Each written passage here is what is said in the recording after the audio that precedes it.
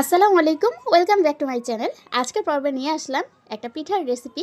তো এটা আমাদের অঞ্চলে বলে মেরা পিঠা, তো আপনাদের এদিকে কি বলে অবশ্যই কমেন্টে বলবেন।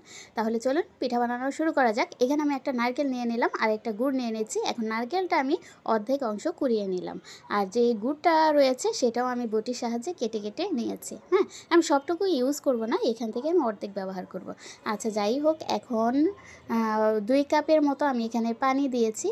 তার মধ্যে দিয়ে দিলাম গুড়টা দিয়ে একদম নেড়েচেড়ে এটা আমি গালিয়ে নেব। তারপর এর মধ্যে পরিমাণ মতো প্রায় হাফ চামচের মতো হবে লবণটা দিয়ে দিলাম। এখন যখন বলক চলে আসবে তখন দিয়ে দেব নারকেল কোরানোটা। তো নারকেল কোরানোটা দিয়ে এটা আমি নেড়েচেড়ে মিক্স করে একদম গুড়টা গালিয়ে নেব।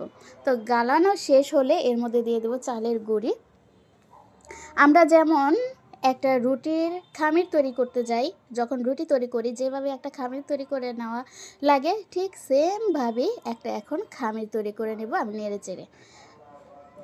এই তো, যখন এরকম হাতে একটা দলা পাকানো যাবে, একটা মুষ্টি করে নেওয়া যাবে, তখন এটা চুলা থেকে নামিয়ে আমি হাতের সাহায্যে একটু মথে নিচ্ছি। হ্যাঁ, এই তো মথে একদম ভালো করে মথে নিতে হবে। তারপর ছোট ছোট লেচির আকারে কেটে এটা হাতে আমি শুধু গোল একটা শেপ করে নেব। এই তো এভাবে লাড্ডুর মতো করে নেব। দেখেন, যখন এভাবে করতে করতে এক পর্যায়ে একটা লাটিমের মতো তৈরি হয়ে যাবে, এটাই কি বলে আমাদের অঞ্চলে মেরা পিঠা। তো আমি বাকি যেই ড্রোগুলো রয়েছে সেগুলো দিয়ে সেম প্রসেসে আমি এই মেরা পিঠাগুলো তৈরি করে নেব। হাতে এভাবে নাড়ালেই খুব সুন্দর একটা লাটিমের মতো পিঠা তৈরি হয়ে যাবে।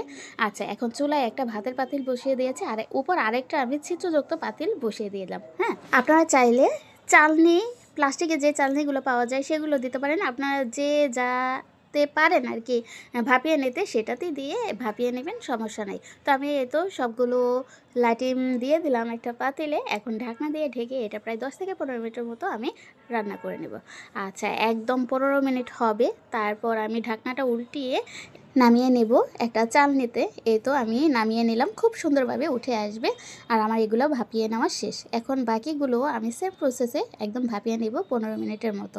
এই তো গরম গরম অবস্থা এটা খেতে ভালো লাগে, তবে ঠান্ডা হলে সবচেয়ে বেশি ভালো লাগে এই পিঠাটা। অবশ্যই ট্রাই করবেন, ইনশাল্লাহ ভালো লাগবে। ধন্যবাদ সবাইকে, আল্লাহ হাফেজ।